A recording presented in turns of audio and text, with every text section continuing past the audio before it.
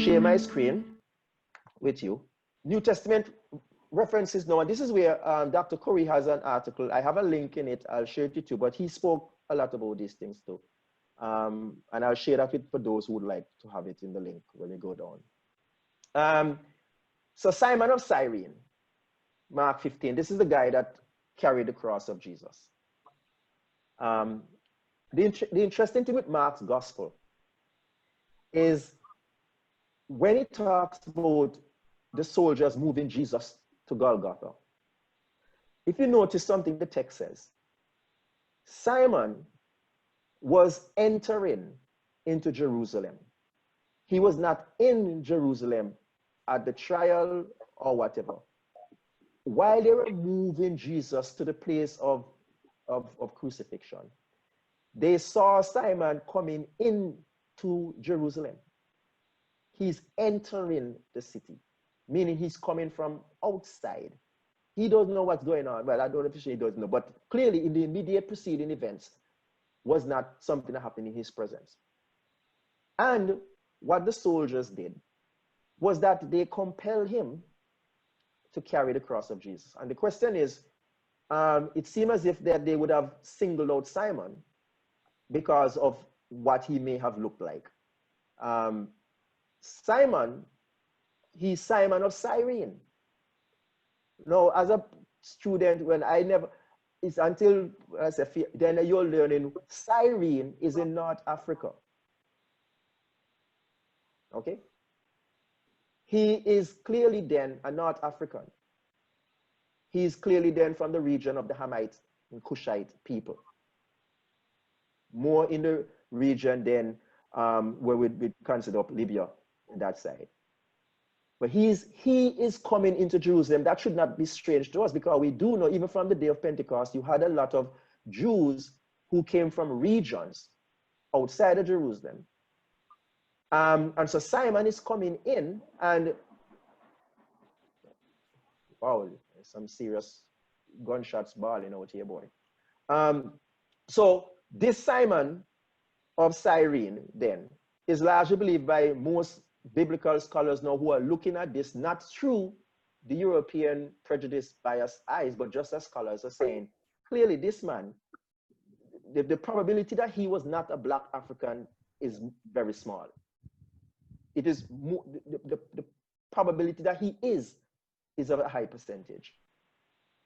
So there are some art images now that will depict Simon of Cyrene like this. You see? So there's an intention and part of some, and of course somebody say, well, it depends on who paint the picture. And that's true, or who depict the art. But what images like this, and this is not the only one, if you do a Google search for images of Simon of Cyrene, I'm certain you'll find many more like this. Because I found several. I just don't want to have too many in the slides. But clearly then, Simon, you can see that this is a Black man. This is what more the Cyrenians would look like. Okay? So if it is indeed this man who carried Jesus' cross who was singled out, and Mark, you know, the fact that Simon was compelled by the soldiers, somebody said, well, you see, it's because they're rather the racists. They asked a Black man to do it. You understand? And then I'm saying, let us be careful of this anachronism, because a Roman soldier could ask anybody to do that. When Jesus says to his disciples, if a man compelled you to go 2 miles, if a man compelled you to go 1 mile, he says, don't just go 1 mile, go 2 miles. That could be anybody. So I don't think there's an indication here of racism, and something that Dr. Curry shares with me, which I think I need to emphasize here again, is that when we talk about Blackness, we probably should be focusing more on ethnic quality rather than just color, because the Hamites had different shades of colors. And not only that, but part of being African, Hamite, Cushite was not just your complexion, but your culture as well. And if you notice what Macaulay says, you have to destroy their culture too. You have to destroy how they feel about themselves. So if we think about the Hamite, Cushite identity in scripture more as an ethnic quality rather than just skin color, that will probably help us better to understand then that racism as we know it today, meaning because you are black, you are treated this way, was not played out in scripture, whether in the Old Testament or in the New Testament. But what cannot be denied, even if we are focusing on ethnicity, that these are people from the region of the burnt people. Herodotus talks about them, as I mentioned last week, that they are the dark-skinned, dark, smooth-skinned people who are powerful people, who had civilizations greater than he himself had seen among his own people, and he was Greek. So we see that right there in the gospel, that this Simon is featured in the gospel story. And I don't know how many of us as children in Bible class ever thought that Simon of Cyrene was a black man. We know that. Okay? All right. Then now, if you think of the Ethiopian eunuch in Acts chapter 8, we all, if you're in the church long enough, that's a story we all know. So I'm just going to make certain assumptions as we go along, just for the sake of time. So the Ethiopian eunuch in Acts chapter 8, he is traveling from Jerusalem. He had gone to Jerusalem to worship. But he's a eunuch. And John Stott, one of the most well-known British theological writers and preachers and whatever, John Stott says he is presumably a black African. All right. A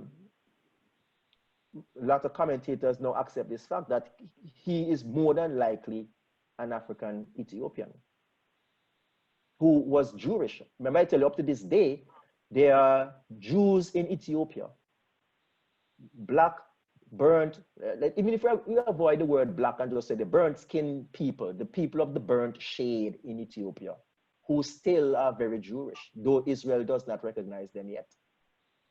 All right.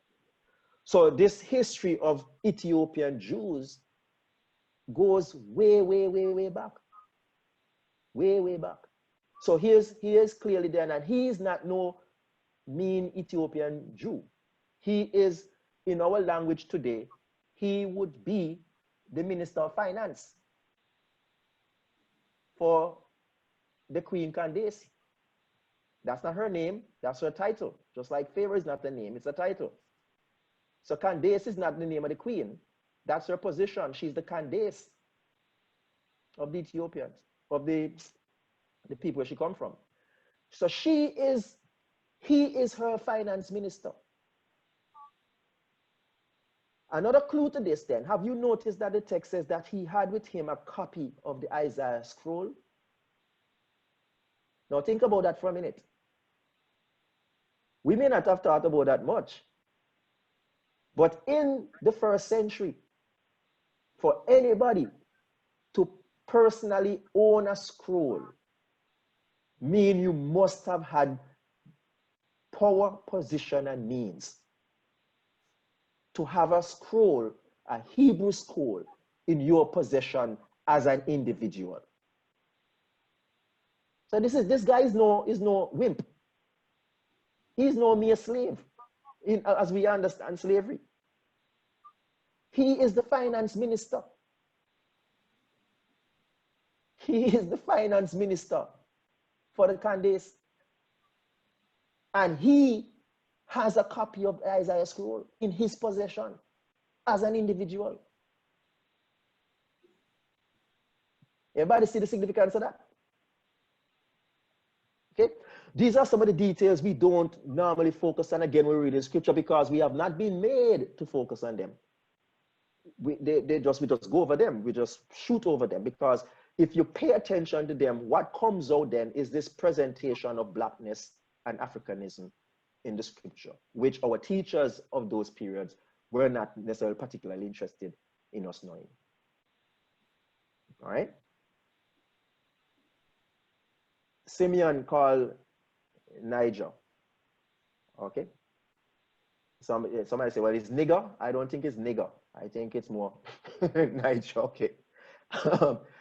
Now, so Simeon, in Acts chapter 13, he is listed as one of the leading men in the church in Antioch. That's the congregation that Paul and Barnabas got involved with in the first century. All right. And if you have your Bible, for those of you who may have a Bible and may just want to just look at it, I like to read stuff like this because it sounds good. So in Acts chapter 13, it says, now they were in the church at Antioch. So this is the church at Antioch that Paul and Luke had interaction with. There were in the church at Antioch prophets and teachers, Barnabas, Simeon, who is called Niger. And if your translation of a notation, it may tell you that Niger there is Latin, and it means black or dark. Everybody knows it. Even up to today, when you give people a nickname, it's because of some characteristic about them or something they said or something they did. Why would they refer to Simeon as Niger? His name is not Simeon Niger. They call him Niger. Just like Barnabas' name is not Barnabas in Acts. It's the disciples who call him Barnabas because Barnabas means the son of encouragement. So the practice of nicknaming people seems to have been something present even in New Testament times too. So clearly, this, and some scholars believed that this Simeon may be the same Simon of Cyrene. There are biblical commentators who believe that. And therefore they believe that Simeon, that Simon, who carried Jesus' cross, eventually may have become a member of the church after witnessing the crucifixion of Christ, and therefore had a presence in the church. For we read in Romans about this same Alexander and Rufus, and the connection with Simon, and most scholars in Romans believe that this is a pointing to this Simon, that he was the father of Alexander and Rufus, who were then men in the church in Rome that Paul knew, and Paul had some sort of relation with the household too. Okay? And so John Stott again says about this character that he's presumably a black African and just conceivably none other than Simon of Cyrene. So there are scholars who believe that the Simeon called Niger in the church in Antioch may have been the same Simon of Cyrene who carried Jesus' cross. But what is important about this text in Acts chapter 13 is that it shows the kind of position, the kind of status these guys had in the church. If racism then was an issue in the first century church, we couldn't see that happening. Dr. Curry, you have your hand up. I'll give you a chance to speak because I figure it must be something you want to share. Yeah, so ahead, I want to add to what you said by taking us back to Acts chapter 11 from verse 19, because there's a clear reference in Acts chapter 11 to Cyrene as well. And it will bolster what you just said. Acts chapter 11 from verse 19 says, now those who had been scattered by the persecution that broke out when Stephen was killed traveled as far as Phoenicia, Cyprus, and Antioch, spreading the word only among Jews. Yes. Some of them, however, men from Cyprus and Cyrene, went to Antioch and began to speak to Greeks, also telling them the good news about the Lord Jesus. So we have Cyrene mentioned in Acts 11. Remember, that is where they're first referred to as Christians. Yes. We also know that Antioch was a multicultural center. It actually was located in a position between the Holy Land and Asia Minor. So it was kind of like at the crossroads of cultures. And you had a very strong African presence, clearly from Acts chapter 11 in Antioch, even before we have the commissioning of Paul and Barnabas' first missionary trip in Acts chapter 13, verse 1, which you're citing. One other thing, Cyprus is interesting. You know, Barnabas was from Cyprus. Right. And so they're mentioning both Cyprus and Cyrene at the same time. You didn't mention Lucian. Yeah, we'll get to that. I think we have that in the other slide. Okay. All yeah. right. No, go ahead, man. Go ahead. It's okay. It's okay. Don't worry about that. Right there we have Lucius of Cyrene. Right. So, I mean, that's just showing you of the men that are mentioned in that first verse. You have 2 out of the 5, I think, that are clearly of African origin. Right. That's all I'm going to say. Yeah, and thank you very much. Thank you very much. So we have Lucius of Cyrene too. So if you notice, the men are listed, but the region that they come from, the region that the ethnicity lies in, is also mentioned. Cyrene is in Africa. So you have Lucius of Cyrene. You have Simeon, who's called Niger, meaning that he's black. He's nicknamed the black one, or the burned one, or the roasted one. As I say, when I think of the language, I think of toast bread. You know, if you toast your bread really, really bad, then it's going to be blacker than if you just toast it medium or not too light. But that's why generally the idea is that they have the burnt skin people, these people whose skin have this burnt hue type complexion. So John Stott says of Lucius also definitely came from North Africa. Okay, but the conjecture of some early church fathers that Luke was referring to himself is extremely improbable. Now look at that. Okay, there are some early church fathers who kind of say, well, maybe Luke is speaking about himself. And John Stott is saying that it is very highly improbable that Luke is speaking about himself. It is more definite that this Lucius of Cyrene is one who came from North Africa. And then the passage that Dr. Curry mentioned, which I don't really need to, but one of the things I want to say about this passage to Dr. Curry is that if you notice, when the church was scattered, it tells you that the Jews seem to have been more concerned about staying among their people. And this again gives us an indication of what's going on here, that when the thing happened, the Jews felt that they would stay in Jerusalem. It is these men who come from outside of Jerusalem who decided that they are going to be engaged in taking the gospel beyond the borders of Jerusalem. Naturally, then they want to take the gospel to the regions that they are from. So they were not going to confine themselves to Jerusalem, because they have people, their people outside of Jerusalem need to hear this gospel too. And I find that particularly, so if you look at verse 19, where it says, now those who were scattered because of the persecution that arose over Stephen traveled as far as Phoenicia and Cyprus and Antioch, speaking the word to none except who?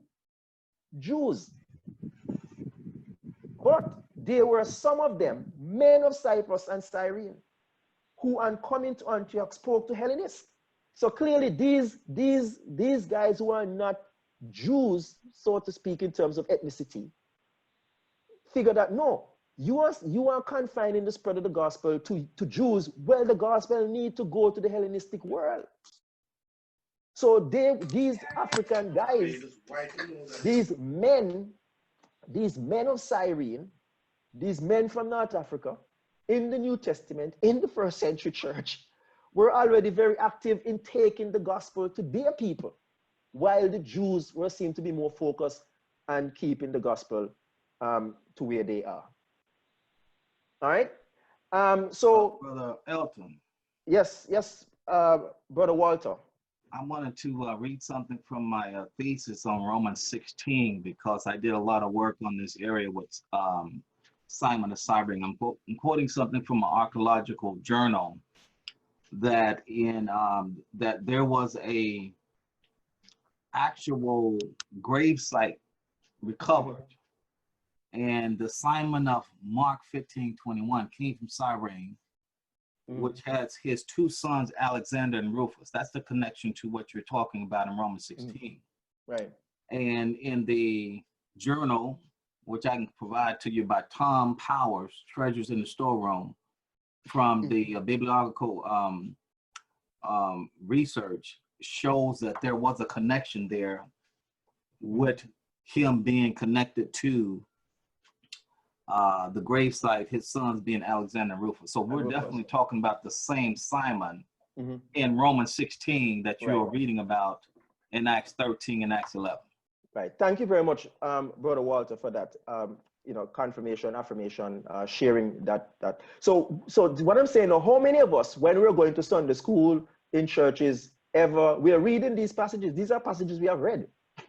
But what has happened for us is that these nuances, these finer details were just never really brought out to us because our teachers and interpreters and translators were not keen and having us have that kind of vision. Now, it is now 8:54, which means it is 9 o'clock for me, which means it is 10 o'clock for the brethren in Bermuda. And I don't really want to give us an information overload. So I'll just use the rest of the time. There has to be a part 3 because one of the things I want to do next week is to look at translations themselves, and Dr. Corey also to look at the presence of Africanism in the early period beyond the New Testament. So you know people like Augustine, people like Tertullian, people like Cyprian, who were Africans, whose work in translation and interpretation is still applauded today, but usually when they're spoken of, their Africanism or their Africanness is hidden. It's amazing. You read Augustine Confessions. How many of people have read Augustine Confessions who think that Augustine is from North Africa, who think that he's African? We talk about Tertullian. Who mentions that Tertullian is from Africa? Of course, the scholarship will then mention, but it's not emphasized, and that is the part. These finer details, and it's there, but it's not given any prominence. It's not given any emphasis. And my argument to this whole presentation is that is not a fault of the scriptures. That is not a fault of the Bible.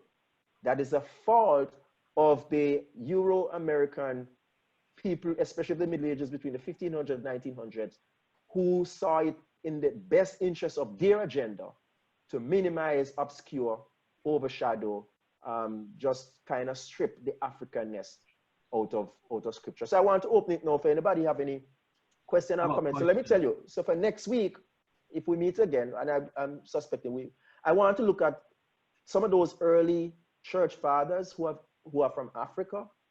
And then I want to look especially on translations when we talk about the King James Bible and the origin of the King James Bible, and to talk about how it's just a lie. It's just a lie that the King James Bible was written by the white man to subjugate the black man. It is a blatant lie. The history is no I have way a question. there. So let me finish there, Brother Walter. So I want to say that is what we will talk about next week. I don't want to try and crunch that into this week for the sake of time, and it's just kind of too much information to crunch.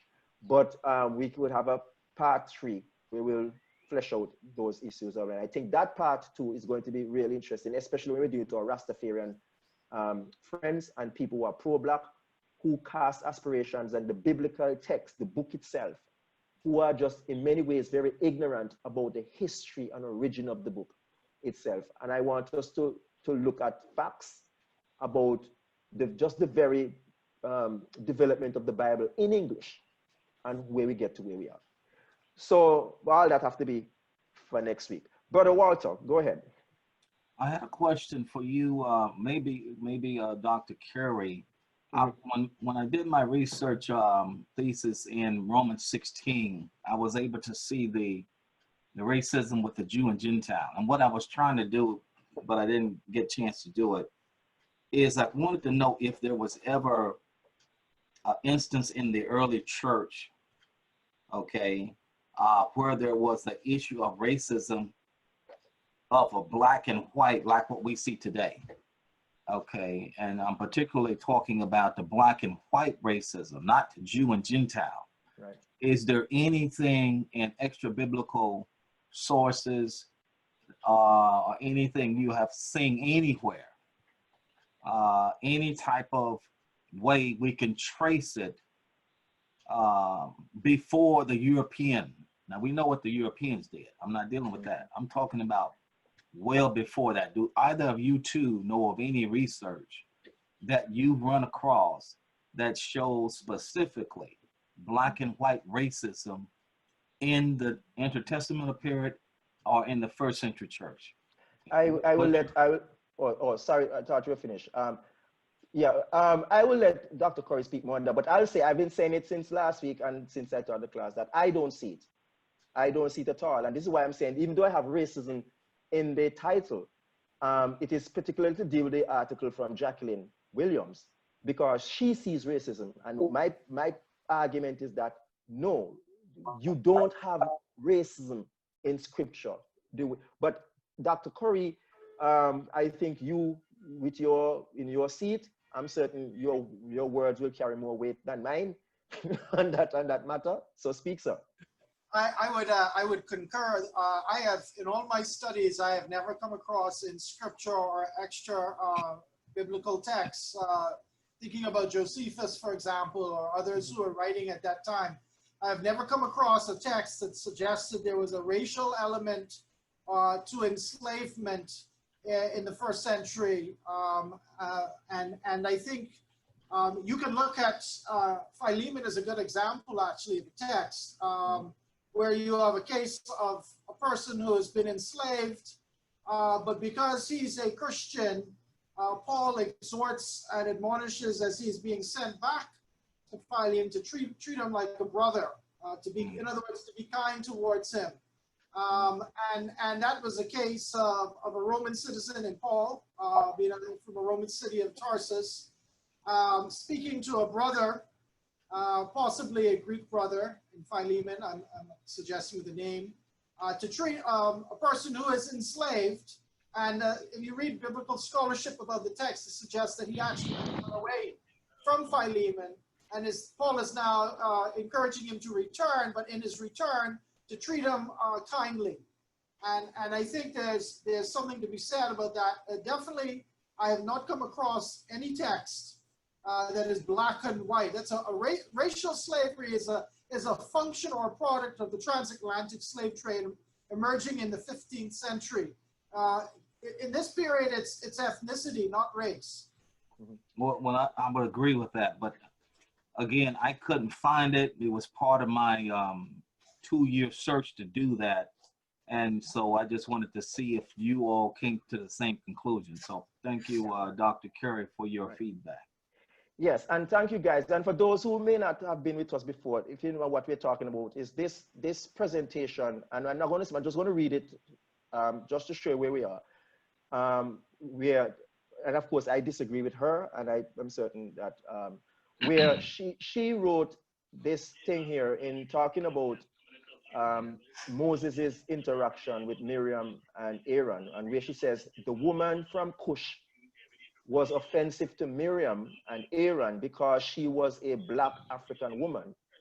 We stress here a black African woman because the Egyptian princess in whose house Moses grew up was an African woman. The issue raised by Aaron, Miriam, and also the narrator of this story at this point is not that of being anti-foreign, but anti-black. It is a racist issue. This was not only the attitude of Miriam and Aaron, it was the attitude of the narrator also. This clearly underlines the fact that the Cushiteness of this woman was definitely an issue which the narrator could understand and which the narrator expected his readers to understand.